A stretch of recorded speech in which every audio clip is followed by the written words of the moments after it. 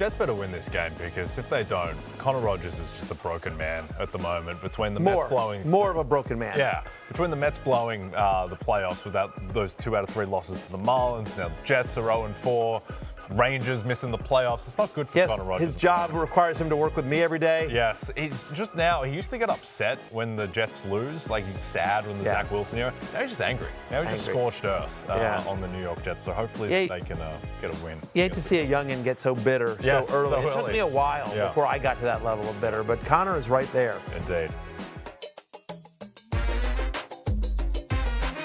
Fantasy Football Happy Hour with Matthew Berry. Happy Friday. Welcome to the Fantasy Football Happy Hour. Connor Rogers, Bitter Connor. Here. Yeah. Happy Jay Croucher. Yeah. Glad you lifelong Yankees fan. Yeah. Oh, are we talking about Cam Schlittler today? I don't think so. Segment 1, 2, and 3? No, I don't think so. We're going to talk football? I think we're going to talk a little football today. And we do have Matthew Berry out there, deep in Tuscaloosa. Hello, Matthew. New backdrop. Yeah, it's whatever they have in the hotel. I thought it was better than this. This was the better backdrop than my messy bed with all the sheets that I have not made. It's interesting that I say that. I remember my old podcast partner, Field Yates, and I once got into an argument. I'm curious what you guys think about this, about hotel. Field, when he goes to a hotel, makes the bed.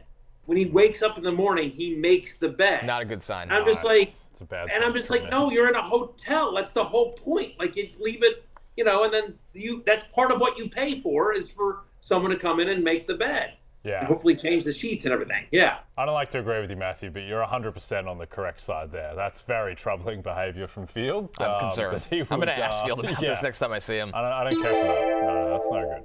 We got questions rolling in here. Oh, man. Yeah, the chat is upset. No ankles. I feel robbed. That's from Jesus Hermosia. Yeah, Matthew, you got a different look today. The ankles will be back, Monday? Maybe Sunday if people are lucky? You know what? Oh, here we go. You know what I'm going to do? Be careful. Don't strain anything. Yeah. Right? Don't pull anything. Can't really see an ankle. Kind of 5-1 odds. Barry is not wearing pants, which those odds might have cashed, judging by that angle for the ankle. Let's run that scrape and grab on FNIA. Oh boy, atrocious. Listen, plenty to do today, as he always does on Fridays. We will be joined by Dr. Denny Carter. We'll answer your questions for the weekend on what's on tap. Jay and I have pickup lines for Dr. Denny, but Matthew will be here with us as we go through the Roto World player news and, of course, recap another good Thursday night game. Another thrilling Thursday night game. Let's waste no time and get right into it. A lot of notable fantasy point scorers in this one. Kyron Williams obviously at the top, both as a receiving back and on the ground. Same for Christian McCaffrey as well. Matthew Stafford has a big night. Puka Nacua as well. And then, Jay, how about Kendrick Bourne? The connection revitalized with Mac Jones. We got to hear from them after the game, after the big win for the Niners. I think Mac is he's built the right way. His mental is the right way. He prepares the right way. I've seen it for a while now, and I'm just proud of him, man. I can, even when he's throwing the ball, I be telling him at practice, like, man, you zipping the ball and how he's throwing it and stuff like that. You can tell he's confident. He's playing free and having fun. I think it's a big part of the game for him, so it's showing. That's what KB does, and I feel like when you have the relationship we had, I knew that about him, and he knows that about me. Like, sometimes we struggle to move on from bad plays, so he's always got my back when it's not going great, and then I'm always have his back. Kendrick Bourne drinks for free today. One of the most underrated personalities in the entire league, Kendrick Bourne. Unbelievable. Niners won on the scoreboard. They also won on the runway. The aesthetic, the aesthetic of Mac Jones and Kendrick Bourne, just completely unmatched. But no, look, this was Kyle Shanahan's masterpiece, right? They had no business winning this game. I was watching Thursday Night Football or Saving Private Ryan for half of this game with Mac Jones just limping around, screaming. It's unbelievable. But Kendrick Bourne seems to have that rapport with Mac Jones from the New England days. And Kyle Shanahan, he's willing to put the ball in Mac Jones' hands. So we see that Kendrick Bourne goes 10 for 142. Christian McCaffrey, by the way, is on pace for 1,300 receiving yards. This is ridiculous. Which would have been like third in the NFL last year among all players. Your man, Connor, Jake Tonges, 11 targets, goes 7 for 41 and a touchdown. Marcus Robinson, Kyle Juszczyk checking in. I just think this was such a testament to Kyle Shanahan. It really was. I mean, when you see a graphic that shows Kyle Juszczyk getting 4 targets, it kind of tells you how banged up this team was. But Shanahan is somebody that we've seen this before with him, Matthew. He can win with backup quarterbacks. He can find backup receivers, ways to scheme them open. And Mac and Kendrick Bourne had it going all night for this team. Yeah, they really did. 84% route participation for Kendrick Bourne, 23% target share, 5 slot targets. To your point, Jay, about Kyle Shanahan just sort of scheming up a win. They put Kendrick Bourne in a lot of different positions to get the ball in his hands. Friend of the podcast, Kendrick Bourne, one of the more favorite interviews we've ever done. He was with us on Super Bowl Radio Row a couple of years ago, hadn't really knew much about him personality-wise. He's awesome. He's an easy guy to root for. So it was nice to sort of see his moment in the sun here. I don't know that there's a massive fantasy takeaway here because there's a chance that we have Juwan Jennings, Ricky Pearsall, and George Kittle all back in week 6. And so whether it is Mac Jones or Brock Purdy under center, I sort of think that if those guys are healthy, sort of good for you if you started.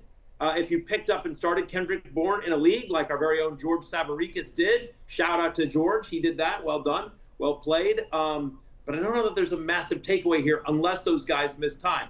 The one takeaway is if those guys continue to miss time, at least now we have clarity on sort of who the number one Niners wide receiver when Pearsall and Jennings is out. To me, the more interesting conversation here, guys, is Mac Jones.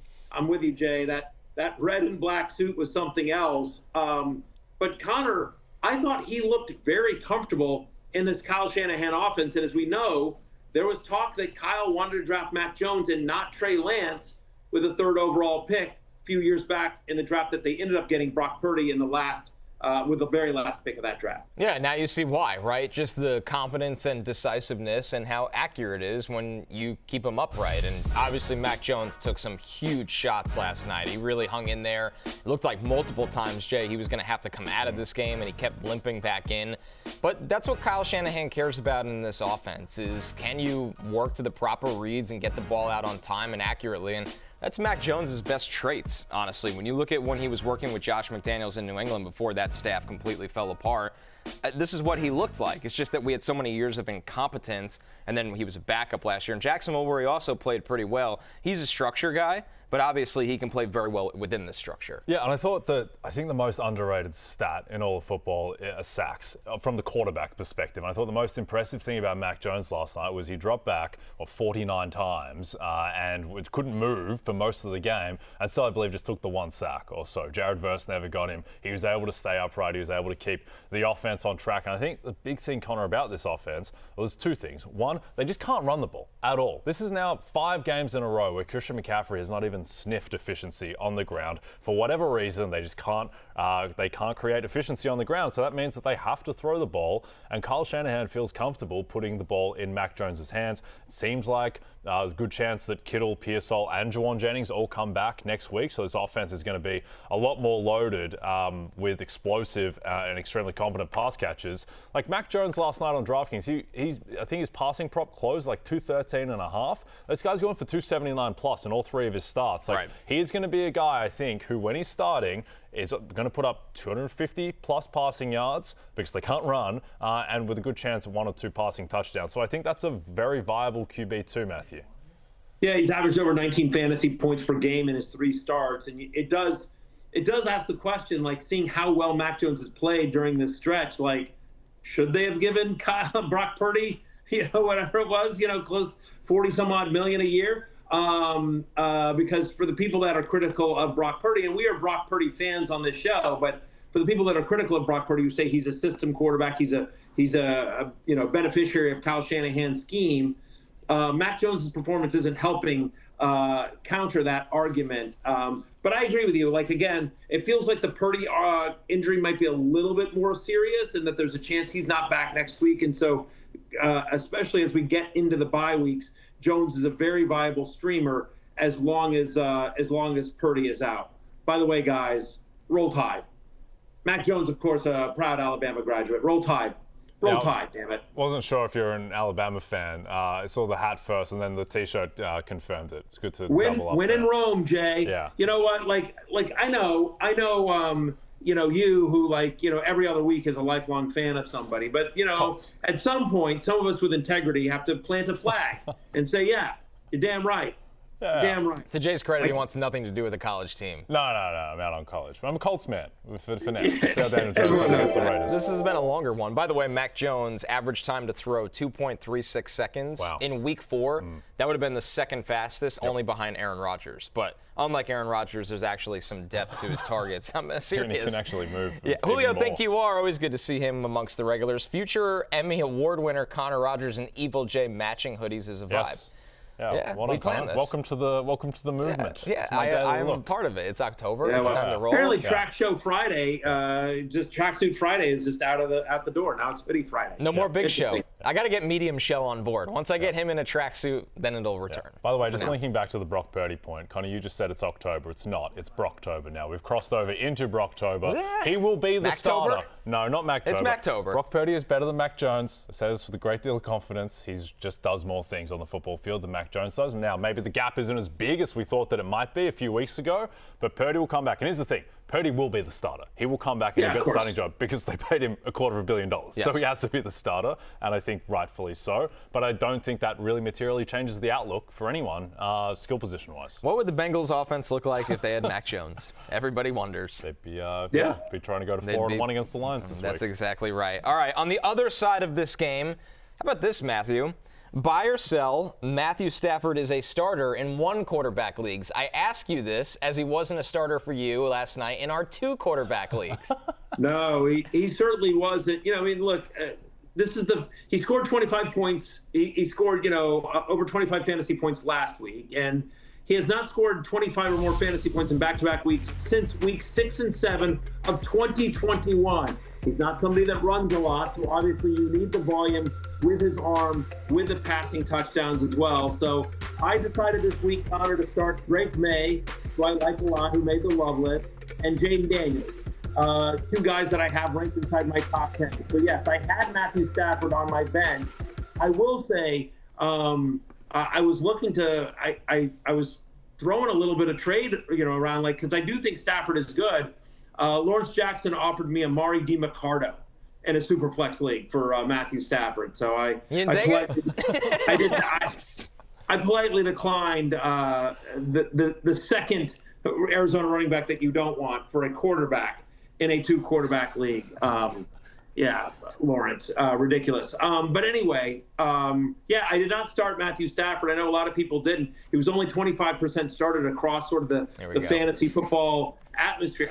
Seriously, most people did not start Matthew Stafford in a short week against the 49ers. I was glad you were one of them. I was indeed one of them. But I don't know that he's a quarterback yet in a 1 quarterback league, but he certainly is in a 2 quarterback league, and he's borderline. As we get into the buys now, on the season he's QB 11. He's had 4 straight games with 2 or more touchdown passes. As long as Puka Nacua and Devontae Adams are healthy, he's going to be there. We don't really expect Kyren Williams to catch 1 receiving touchdown, let alone 2. Part of the argument against Stafford is that he doesn't run, and B, when they get in close, they tend to run. But similar to the 49ers, Jay, it doesn't feel like the Rams have been able to run that effectively.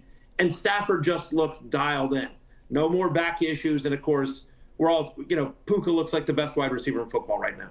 Yeah, they've had some issues and some injuries on the offensive line. Not quite the same continuity that they had, particularly 2 years ago. The Kyren Williams fumble, certainly not ideal either. I love that Matthew just looped in that 25% roster thing. To Matthew, accountability is like Swahili. Just doesn't understand it. Unbelievable. Hang on for 1 second. I'm genuinely curious. Accountability. Did I start him? I did not. What is dodging accountability for that? Yeah, it's 25% reference. It's 25%. I'm just saying I have company, but I'm whatever. None of them have national TV shows. I do. I'm merely saying I ranked this. I'm owning it. I ranked Jaden Daniels and Drake May over Matthew Stafford this week. We will find out at the end of the week if that was the correct ranking. But it is what it is. That's all right. I got that call wrong clearly, or at least I probably should have started him. I did not. That's okay. But again, that was the logic. I think Drake May and I like Drake May and Jaden Daniels this week. I don't know. I don't understand how that's not accountability. I don't know how that's dodging accountability, though. Before I get to the question from Charlton Seriously. right there, Jonathan Medici in the chat said the excuseler makes an appearance. Excuseler. Yeah. That's good. That's pretty good. a good nickname for you. Excuseler. It's in the running. Good one. That's way better than Trevler. Excuseler. I'm genuinely asking. I'm asking the regulars because you two assholes won't give me a legitimate answer here. But I don't understand how saying, yeah, I benched the guy is not taking accountability. No, that's accountable. The not accountable is the fact that you have to caveat it with the 25% aspect. It wasn't just me. Yeah, it wasn't just me. Everyone else made the same mistake. But that's an accurate statement. That's not go on the website that we use, and you will see Matthew Stafford, by the way, is only rostered in 52% of leagues. Like, there's a number of leagues out there where he's not even on a roster. And so my point is that there are many fantasy managers, not just myself, waking up this morning going, damn, guess I should have started Matthew Stafford. Wish I had started Matthew Stafford. The question is, after last week, we're like, I don't know if you can see it. And necessarily, like, we've always said this, pocket passers need massive volume to be fantasy viable because they don't get any points with their leg. And so Stafford has not traditionally been a massive volume guy. Again, this is the first time in his career. This is a guy who's 38 years old. It's the first time in his career where he's passed for 375 yards in back-to-back games. So is it just the result of last week's game where they had to make a comeback and then where they a big back and forth, obviously, and then this week's short week, and they couldn't run the ball? Or is this like sort of the new normal because he's never had Puka Nacua and Devontae Adams before? So I think I'm not ready to sit here and say, like, yes, he's a must-start in one quarterback league. He is a must-start in two quarterback leagues. And I think he is one quarterback league viable, depending on your other options. And the matchups next week, they're at the Ravens. You like that matchup, given how much their defense has struggled. The Jaguars are better than they get credit for, but that game's in London, where it's sort of a second home for the Jaguars. So that's a medium. It's not a great matchup like you might think in years past, but it's also not a whatever. It's not the worst, not the Seahawk either. So yeah, I think Stafford is, borderline QB one quarterback league viable is what I would say there. It doesn't matter, by the way, had I started Matthew Stafford or not, because Connor Rogers has Kyren Williams. You're welcome, America, because I was facing Kyren Williams. You knew he was going to go off. Of course he did. 31 fantasy points, leave a career high, two receiving touchdowns. It doesn't matter. Connor's going to beat me. I've said this before. Wow. Early congratulations, Connor. Well done. Well played. Nice job starting Kyren Williams. That was a bold move by you. It worked out. Yeah. It worked out for you. Yeah, congratulations. Yeah. Matthew, you cut out the past 10 minutes. You'll have to repeat that whole segment. The woe is Mealer. Matthew Berry. We had a question from Charlton Rice. He said this through like 10 minutes ago. Stafford, Danny Dimes, or Goff as a starter through the season, or only worth streaming? I think that's tight because I think those are all in the same tier. They're all right there. Yeah. I think Goff, because the lines are just rolling week in and week out. Yeah. I think Goff has the highest floor. Right. Yeah. The rest of the season, I default to floor. I think ceiling-wise, it actually, strangely, might be Danny Dimes because of the rushing upside and the fact that he's going to get some rushing touchdowns. So I think you can't really go wrong there. I might go Jones because of the rushing aspect. I think I would go Goff for the floor, and I'd rather. But I think you're right in the sense that if I had all three quarterbacks, probably try to trade one, and I wouldn't care who I traded. If somebody in your league preferred Daniel Jones or Stafford to Goff, I would trade whoever somebody was interested in, because I think they're all sort of right there. They're all probably like 9, 10, 11, 10, 11, 12, sort of in that range for the rest of the season. They're all just sort of right there. And if I had all three, I would probably just play the matchups week in, week out, but would try to trade one of them and wouldn't care which one I traded. I would just trade the one that I got the most value for. All right, let's take a look at the Week 5 injuries that we're going to be tracking. Of course, the guys will have more updates for you before kickoff on Sunday on Fantasy Football Pregame. Lamar Jackson with his hamstring, that's going to look like a Cooper Rush game. Bucky Irving will not be playing as well. Foot and shoulder injuries. Chuba Hubbard will not be playing with the calf injury. Bashal Tutin has a shoulder. Michael Pittman with a hamstring. Deebo Samuel with a heel injury. Calvin Ridley with knee and elbow injuries. Brock Bowers is still working through that knee injury, and that's been pretty obvious on tape through a couple weeks now. I think the big one right out of the gate here, Jay, is that the Chubbler, Chuba Hubbard, with this calf, he's not expected to play Sunday. Rico Dowdle becomes a very he's on some waivers, honestly. Like, this is like a kind of rush to the waiver wire situation, assuming just based on volume that he'll get. Yeah, Rico Dowdle, it was a very favorable matchup as well against the Dolphins. That game is hanging around pick. There's not going to be that many games for the Panthers this year hanging around pick. And so I think that Rico Dowdle, like, he's much more attractive than, say, any of the Arizona running backs. Because I think you can be pretty confident of the amount of work that he is going to get. So he is, he has to be obviously rostered in every league. And he's like a locked-in RB2 at worst for this week. Well, he's 76% available right now. Matthew, how would you rank Dowdle after this news? Because this feels like a pretty large shift. Yeah, I mean, I'd make him a top 15 running back. Again, he's 76% available so far this year. We've seen Dowdle. We've seen Dowdle last year in Dallas handle a big workload here. The Panthers, are they a great offense? No. Or can they be reasonably confident? Yes. And so I think Dowdle, where he may not be the most efficient, but he's going to get all the work in a matchup that doesn't really scare you. So give me Rico Dowdle over sort of because I think there's going to be a massive workload there. I think Rico Dowdle over the Michael Carter / Amari DiMarcardo in Arizona duo, over the Rashad White, Sean Tucker duo in Tampa Bay, Isaiah Davis as well. Who's going to fill in for Braylon Allen as part of a committee with Breece Hall. Dowdle's the guy who gets the majority of the work right there. By the way, just while you were talking, 2 quick updates. Adam Schefter reporting Bucky Irving officially out for Sunday. So that is official. And worth noting, Joel Erickson, who writes for the Indy Star and covers the Colts, your Colts, Jay Croucher, says at Friday's practice, Michael Pittman is out here. I do not see Alec Pierce. That's what he just tweeted out. So doesn't mean Michael Pittman's definitely starting, but certainly a positive sign that he's at least practicing. The implication here from the tweet, Michael Pittman is out here, I would assume that he is actually practicing and not just hanging around watching. Yeah. A big thing too, like with these injury reports, is that like it varies for different players. Michael Pittman plays through everything. Like that guy is tough as anything. Yeah. Like it takes a lot to keep him off the field. So if he's able to get even a limited practice in, I suspect that he's going to go. It's a little concerning with Alec Pierce because Alec Pierce is coming off the concussion and he did practice, I believe, in full the past 2 days. So maybe a rest day for Pierce, but that's a little bit of a concern for a guy who's dealt with a lot of concussions in his past.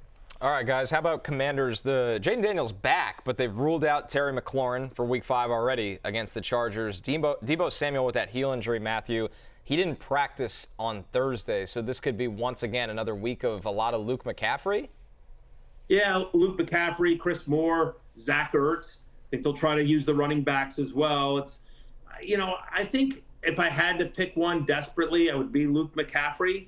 But I don't feel great about any of them really, unless you're truly desperate. I mean, I think some of the wide receivers I like that are available more than 60% of leagues. We've talked about them forever, Connor. But Alec Ayomanor, I think that's not a terrible matchup. You're not scared about there. Ayomanor leads the team, the Titans. He leads it in targets and receptions, air yards, and he scored in 2 of the last 3. So I think he's pretty interesting. Troy Franklin for the Denver Broncos, of course. I am as wide receiver 32. He's available in 70% of leagues. Our old friend Trey Tucker, he's out there in about half the leagues. I'm at wide receiver 38. And Connor, the man you spent $1 zillion, all of your fab budget on, Malik Washington. I was a top 40 play this week in that Tyreek Hill role. He's available in 75% of leagues. Even if you don't start him this week, I think Malik Washington is an important grab and stash.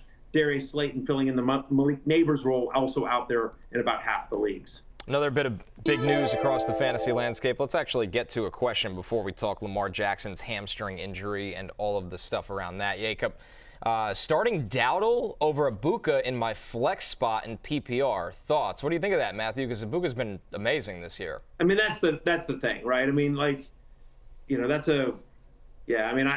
can't.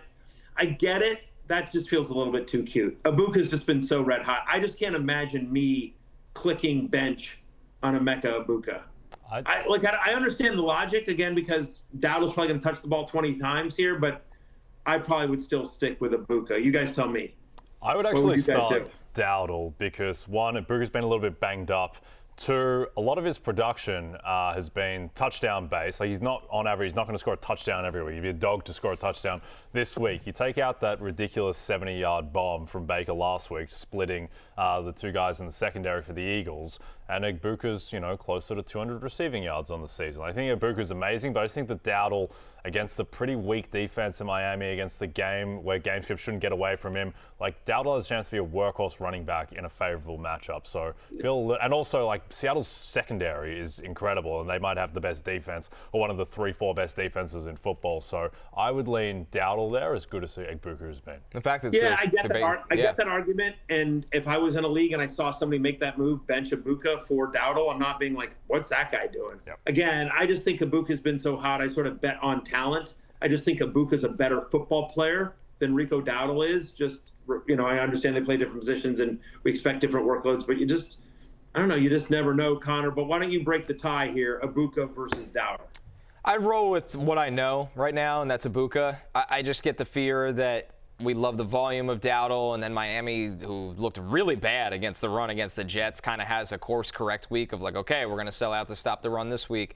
I am starting Dowdle in a guillotine league, so I'm hoping that I have faith in him this week, but Ibuka has been so good week in and week out. It's just hard for me to not play him going forward, even with Chris Godwin's workload going up this week. Here's a way to kind of phrase this one, Matthew, because I do think it is an interesting conundrum. Who'd you rather start, Rico Dowdle or his teammate, TreVeyon McMillan, this week? Again, still McMillan. Because I think McMillan and Ibuka are basically the same. Just Ibuka's had more touchdowns, right? What script is Carolina in? Yeah, I feel better about Baker Mayfield than Bryce Young, right, by a significant margin, right? So that's also in the conversation. You can always hand off, but it's not like Chuba Hubbard's been great this year. We feel like Chuba Hubbard is the better running back than Rico Dowdle. Certainly the Panthers do. They paid him like they think they are. They were using Hubbard like that. And so I think I'm still going with TreVeyon McMillan. Again, I'll just say in general, and this sort of goes back to what Connor was saying, but for me in general, when I have conversations like this where it's a little bit of a coin flip, I just usually go with who I think is the better player. I try, we can get cute with matchup and usage and everything like that, but overall, I think TreVeyon McMillan is just a better NFL player than Rico Dowdle. I just do. And so I kind of always just try to lean towards talent in situations like that. All right, another big piece of injury news here. Lamar Jackson, this one's obviously been the headliner of the week, and not a surprise. Didn't practice with that hamstring injury Thursday. We actually got to hear more from Coach Harbaugh on the quarterback situation in Baltimore without Lamar.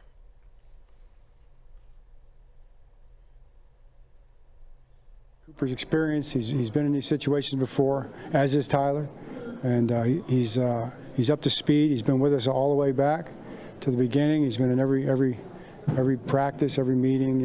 He knows the offense, and he'll be ready to go. Similarly with Tyler, how much is that? Obviously, that familiarity, and then he has a little bit of different skill set than a mobile guy. Yeah, the valuable thing. He does have familiarity with the offense, and he's very comfortable with it already because he's been in it. And then the different things he brings to the table, just obviously as a player, is valuable. So obviously, Jay, it doesn't sound good for Lamar. I think what we're all wondering right now is if this goes beyond this week, because hamstrings are extremely tricky and very week-to-week, day-to-day injuries. Yep. I think the thing with Lamar is that everyone looked at that footage of the last play that he had before he came out and thinking, it doesn't look like a normal hamstring.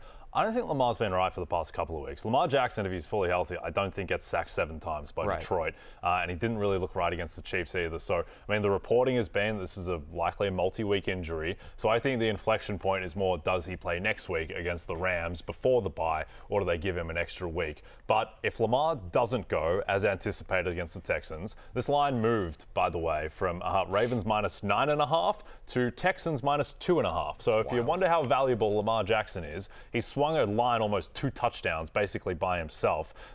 Matthew, if Lamar can't go, I don't really want to start any Ravens pass catcher. Zay Flowers even is set at 45.5 receiving yards on DraftKings. Rashad Bateman, 25.5. Mark Andrews, 24.5. Derrick Henry's rushing prop is 88.5, and I think that is where this offense is going to go. I think you still feel good about starting the King, who is a reluctant member of your team in our league. So I think that outside of that, though, there's no one I really feel good about on Baltimore.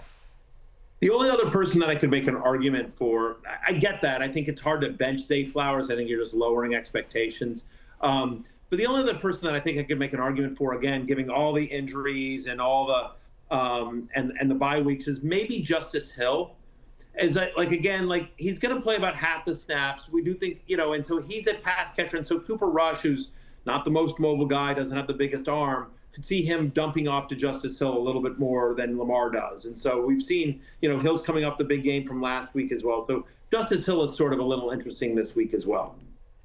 All right, guys, a bit of injury news that was kind of been like this for a couple weeks now. Brock Bowers didn't practice on Thursday. We know he's gutting through this knee injury. You can see he looks 60 to 70% at best on tape right now, Matthew. But I still would be surprised if he doesn't end up playing Sunday. I just think you have to know you're starting a hampered Brock Bowers at this point. Yeah, but half of Brock Bowers is still likely better than any options you have on the waiver wire, right? I mean, like, Brock Bowers or Darren Waller. Yeah, right, Darren Waller off of the big 2-touchdown game. Like, I'm still starting Brock Bowers, right? And to me, Waller would be the best guy available on the waiver wire.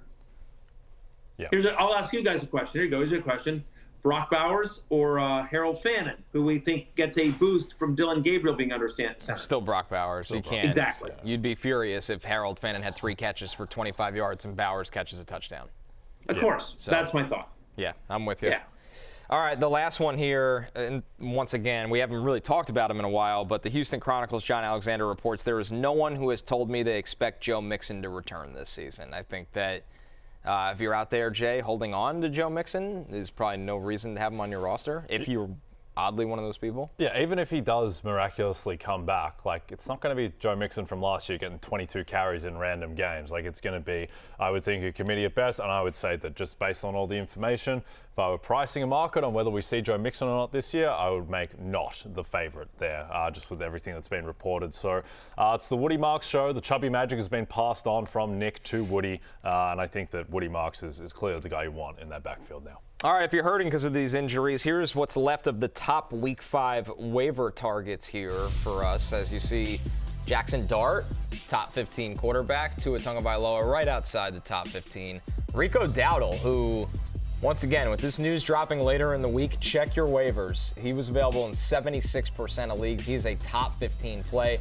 Michael Carter has a chance of being the starting running back for Arizona. He's a top 25 running back. Sean Tucker, Isaiah Davis should get some kind of roles in committees with those backfields banged up. Elikayo Manor, we tell you to pick up every single week.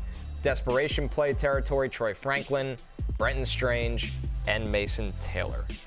For updated waivers, you got something out there? I'm going to say out there something right now, real quickly, which is that I think Sean Tucker, and we talked about this the other day, but with Bucky Irving officially ruled out, a little bit of a bold call here. Like, Rachaad White is the safer play. He's got a consistent role in this offense, and it likely expands with the injury to Bucky Irving. I think Sean Tucker is the better running back, and I think in terms of how they run their offense, I think Sean Tucker is the more one-for-one replacement of Bucky Irving than Rachaad White. I don't think it is Rachaad White moves into the Bucky Irving role and Sean Tucker gets the Rachaad White role. I think Sean Tucker moves into the Bucky Irving role, just maybe not as big, and that some of the carries that Irving was getting go to Rachaad White. But I don't think there's as big a gap as the roster percentage suggests, as Rachaad White seems to be kind of rostered everywhere, and Sean Tucker is still obviously very much available in a lot of leagues. I'm a big Sean Tucker believer, and so I'm just calling that shot right now, that I think you will see a changing of the guard. It would not shock me at all if Sean Tucker has the better fantasy day than Rachaad White on Sunday. Now, again, they're playing the Seahawks, very tough defense, but they do have Tristan Wirfs back, which is good and helpful there, Jay. But just want to point that out with Sean Tucker. I like him. I'm considering, Connor Rogers, starting Sean Tucker against you in our league. I'm down 31. I'm down 31 thanks to Kyren Williams, so I have to take some gambles here. Just to try to cover the spread. The spread was 30. So I'm already chasing the first one. Spread in fantasy football. Yeah, pretty much. I liked your earlier comment, Matthew. You should tell people tonight at the bars in Tuscaloosa, just go up to them and say, I'm a Sean Tucker guy. Yeah, see how it goes. Yeah, it's a good. It is the year of Tucker, as we mentioned, between Trey and Kraft. PJ's not doing that much, but maybe Sean can get on the bike too. As we covered yesterday, I think it's going to be Tucker and White split the carries 50-50, and White gets the receiving work. This one from Tej, who's always a regular every day. Should I start Sean Tucker over Jordan Mason given the Browns' defense? No. Yeah, I agree with. As much as I like Sean Tucker, that's getting a little bit too cute. Again, with knowing how it's a tough matchup, obviously, with the Browns' defense, but Jordan Mason, we know he's going to get just a massive workload here. So no, I'm still starting Jordan Mason. All right, Matthew, it's been great having you for the beginning, the first half of our Friday. It's been okay having you for our first Friday, half of our Friday show here. Enjoy your time out there in Tuscaloosa, and we will catch you on Sunday. Roll Tide. Let's beat Vandy. See you guys Sunday morning. For updated waiver advice heading into Sunday's games, tune into Fantasy Football pregame live here on YouTube and Peacock starting at 11 a.m. Eastern Time. The boys will be answering all your start-sit questions Sunday morning, and you can also tweet us your questions using the hashtag FFPregame. That includes video submissions that they will air live on the show. That is wild. We are taking our first break. When we're back, Matthew's out, Dr. Carter is in. We solve your flexual frustrations right after this break.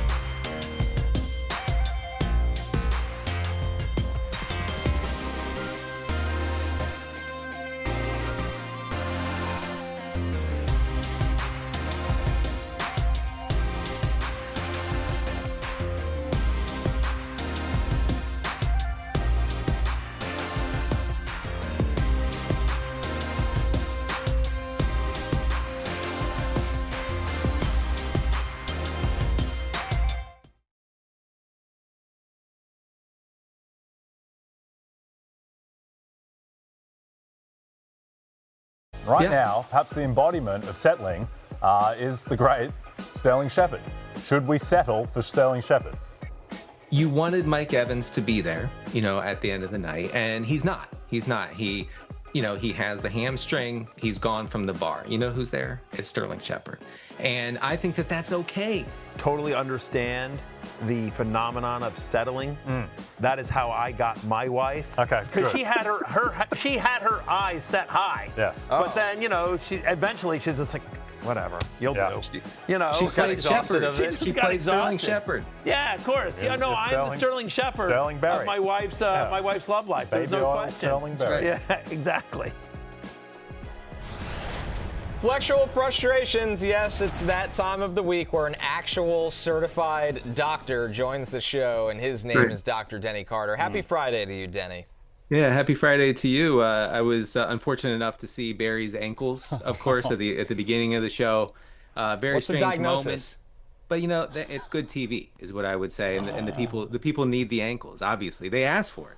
Yeah, it's TV. It's TV. By literal definition, it is TV. But yeah, all right. Let's get into Flexual Frustrations, Denny. And where I want to start, toys. I want to talk to you about toys. The safety of toys. Dak Prescott. He has a new toy. Jalen Tolbert. Given that CeeDee Lamb is down, Dak Prescott is playing with his new toy, Jalen Tolbert. Played with his new toy down the right sideline. One of the best throws I've ever seen in my life, being in the stadium in Dallas, connecting on that beautiful fadeaway. How safe is it to start Jalen Tolbert this week? So, Dak's favorite toy, CeeDee Lamb, not available, in the shop right now.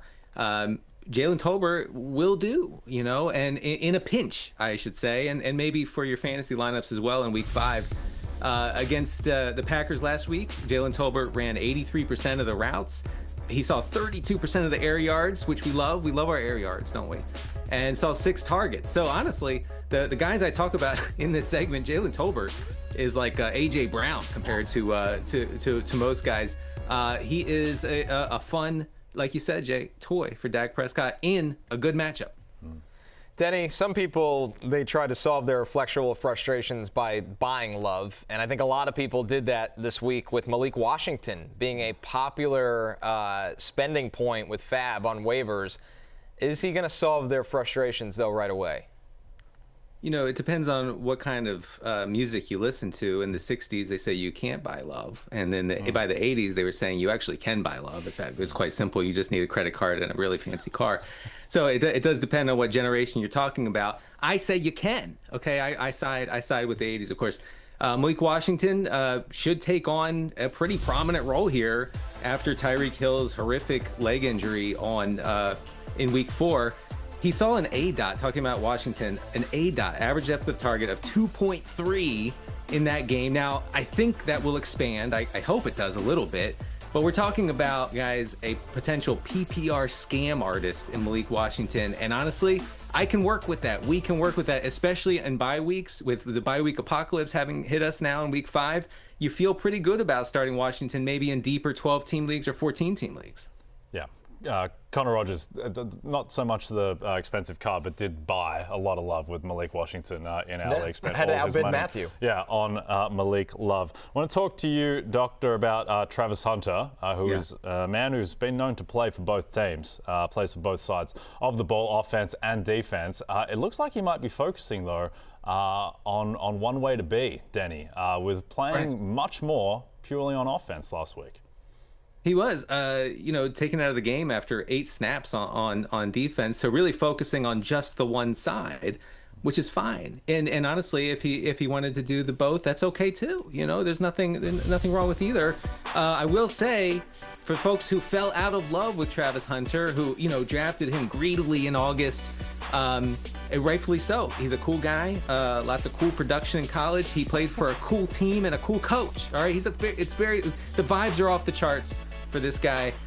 He plays from the slot, I wanted to mention, on 67% of his routes so far. He's playing a Kansas City defense that has struggled pretty badly against slot receivers. They're allowing the 6th highest completion rate to slot receivers and the 11th most receptions. So it actually could be a week where you can put Travis Hunter into your flex spot, believe it or not.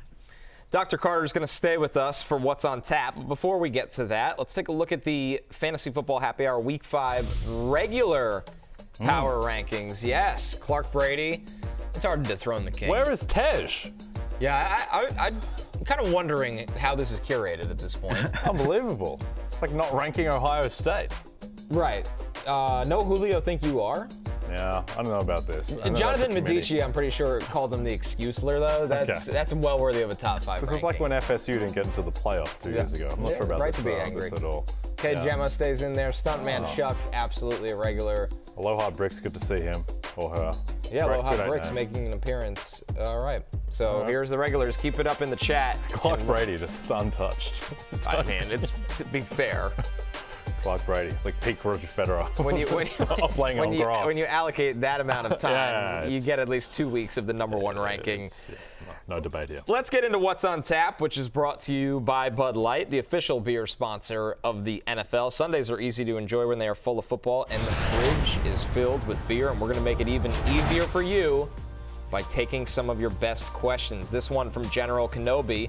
Who should I start at the flex this week? Zay Flowers or TreVeyon Henderson? Denny, what do you think of this dilemma? This is tough because, you're talking about a Buffalo defense that has been really bad, just all around bad, but really soft against the run.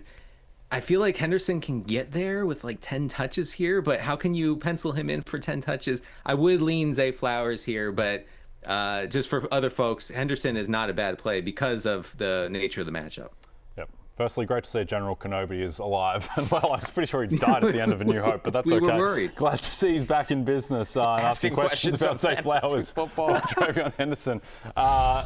General Kenobi. My answer would be Zay Flowers as well, despite we talked about in the previous segment about how his receiving prop is relatively low. I would lean over 45.5 receiving yards. I think that the nature of Zay's game, Connor, is that he's not going to be relying on Cooper Rush making 10 out of 10 throws down the sideline. They'll be able to manufacture touches for Zay. No, when you look at a backup quarterback, you try to get him comfortable and give him some layups. And I think Zay Flowers, the beauty of his game is he can give a quarterback layups as good as anybody in this league. So I pretty comfortably would say Zay Flowers on that one.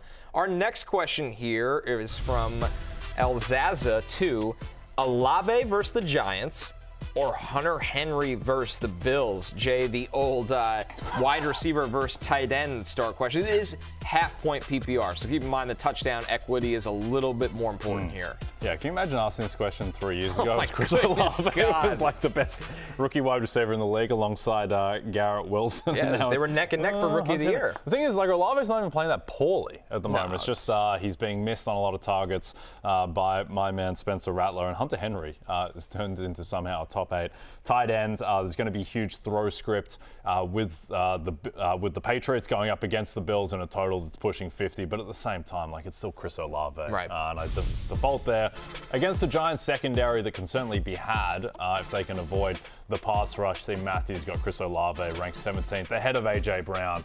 Sorry, I got to take the guy who's ranked ahead of A.J. Brown and Brian Thomas Jr. Over the great, the immortal Hunter Henry. You agree with that, Denny? Oh, yeah. I mean, look, Olave's going to get there eventually. I'm going to keep writing him up in regression files every week. He's being targeted on 27% of his routes. That's strong. It won't feed your family, but eventually it might. So keep playing Olave.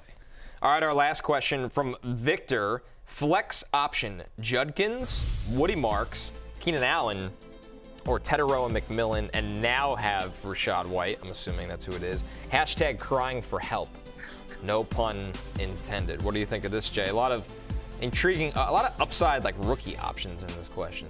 Indeed. I think it is between Quinshon Judkins and Teterow and McMillan. The issue is the T-Mac just doesn't score touchdowns yet. I'm sure they'll come at some point, but I think the answer is Quinshon Judkins. We've seen that he gets so much volume, and they've been successful enough running that he's kind of immune to game script. The fact that he was able to have the game he did against the Lions, despite them getting completely blown out. Also, the fact he was able to have the game in terms of a per-play basis that he did against the Ravens when they were getting blown out too, I think bodes very well. They're only 3.5-point dogs against the Vikings across the pond. And you see that Matthew has him ranked as running back 9. Who would have thought just a few weeks ago that week 5 of the NFL season that Javonte Williams, Quinshon Judkins, and Cam Scatterbo would all be top 10 running backs? Crazy. Yeah, Denny, it just feels hard to not play Judkins right now with how I know he's running into loaded boxes, and Dylan Gabriel probably doesn't inspire confidence, but he looks really good. Yeah, he does. And by the way, Jay said, who would have guessed Judkins would be in the top 10? Connor would have guessed. Connor's been telling us for months. They want to feed this guy the rock. And so I listened. I want you to know that. Thank you, Denny. I appreciate you. We should have you on more for this segment, actually. Matthew, enjoy Tuscaloosa for now. Somebody's gotta listen to you. So listen, Judkins is probably the play. I do want to say, though, Tet McMillan has a great matchup against a very bad Miami secondary, and he is dominating targets and air yards in this Carolina offense. I feel like this is a spike week for him, but he's probably a more high variance play than Judkins in week 5. Yeah, I'm not sure if everyone saw Matthew running the 40 at AT&T Stadium on Sunday, but that is basically what the Dolphins are trotting out at cornerback at the moment. It's very bleak. So if T-Mac is ever going to really ignite, he's been fine. He's been solid. T-Mac has like 4 fewer receiving yards than Egbuka at this point or something. Yeah, he's been very good. Yeah, no, I think that this might be the week he explodes. Julio, I think you are Evil J. Did you have something to do with this to get me out of the rankings? No, I voted for you. You were 6th on my committee submission. I don't even have a ballot, so I don't know what's going on here. By the way, Julio, think you are also said it went downhill after Big Show left. That was a pretty good comment. Tej, I'm snubbed again. That's great. That's a disgrace. We're obviously voting for you. Yes. I don't know how. You're the people's choice. You're like Martin Scorsese before he went for the department. Yeah, You'll get there that's eventually. exactly right. Aloha Bricks. Yes, I made the top 10. Yes, you did. Aloha Bricks. Well deserved. Very nice debut for Aloha Bricks. That'll do it for What's on Tap, presented by Bud Light. Easy to drink, easy to enjoy. And Cody Kiger, I got robbed. I haven't seen you much pop up on the screen, Cody. I'm not going to pay that yet. But maybe next week. For everybody, keep it coming. Dave Ballard, I'm coming for that top 10. David B. saw a man fall to his knees in Costco over those rankings. Wow. Please video that next time. Like Willem Dafoe at the end of Platoon. Yes. Oh, my goodness. Yes. Or Andy Dufresne in Shawshank. But there you go. That was more of a celebration. Defoe. Not so much. Not so much. He was being shot dead. Yep. This Sunday, Josh Allen and the undefeated Bills welcome Drake May and the Patriots to Buffalo for a primetime AFC East clash. Catch it Sunday night on NBC and Peacock. We're taking our last break. When we're back, Jay and I have our best picks going into the weekend to impress Dr. Carter. Pickup lines after the break.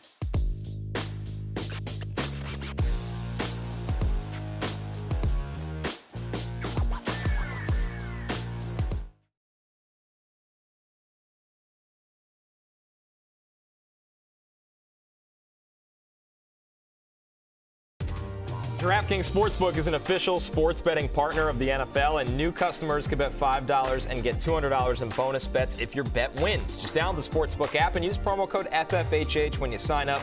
DraftKings Sportsbook. The crown is yours. All right, it's time for last call. We got pickup lines for Denny this week as we look. Jay and I are both 2-2. Yeah, fighting back. Yes, you are good. Yes, you had no 2 start. You are now hit your last 2. Yep. Matthew's picked you 3 times. I don't know when he's picked correctly or not. We'll work on that. Denny, though, is in the driver's seat this week. Jay, what do you got for him? Yeah, glad to try and pick up a man closer to my own age for once. Playing more in my own ballpark. Here is my pick for you, Denny. Stefon Diggs, over 45.5 receiving yards. 45.5 for Stefon Diggs. Wild. He had 6 for over 100 yards last week against the Panthers. This total against the Bills is pushing 50. Drake May is more than a touchdown underdog. Suspect that he's going to need to throw to catch up. Stefon Diggs as well, the underlying stats. He had his best PFF grade of the season last week. His separation scores are great. He looks to me like he is trending in the right direction health-wise coming off that ACL. And for the wide receiver one, for a quarterback, Drake May is 4th in EPA per play this year. Drake May is good. He has really lifted this season. So I think this just all doesn't compute. I think Stefon Diggs is now the clear wide receiver one for Drake May. And if that's the case, this number needs to be closer to 60 than 45.5. Yeah, that's extremely I'm gonna be honest with you, low. Connor. That's going to be hard to beat. Yeah, this happens to me every week. It's okay. I'll tell you a number that I think is the other way. It's set too high. Tony Pollard's rushing prop is 65.5, right? And yeah, that's a normal prop for a running back that gets the volume he gets. But listen to this. Obviously, Tajay Spears is going to be back. That could help a little bit here. Tony Pollard is averaging 65 rushing yards per week, but that's been on 17 rush attempts per game. So if Spears is back, you think the attempts go down. He's averaging under 4 yards per carry. Arizona's giving up 96 rushing yards per game, but only 80 per game to running backs. And the only single-handed running back to go over 65.5 yards against Arizona all year is Kenneth Walker. And they had game script for over 3/4 of that game. So Tony Pollard is set at 65.5. I like the under. This feels high right now, Denny, for an offense that it just feels like in the second half they have to live by throwing the ball. Listen, I can't pick both of you. Is that correct? I have to pick one. You choose one. It's the nature of the game. So you're both correct. I just want to be clear.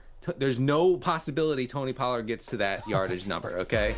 This Titans offense won't. I'm going with Jay. Thank you, it's Denny. Based on vibes. If Stefon Diggs is ever going to have a big game in his whole life for the rest of his career, it's going to be against his former mates in Buffalo. It's over 100 yards easily. All right, that's it for us. I lose again, Jay. For Denny, it's always great having him join us. And Jay, I'm Connor. The boys will be back Sunday morning for fantasy football pregame. Have a great weekend, everyone.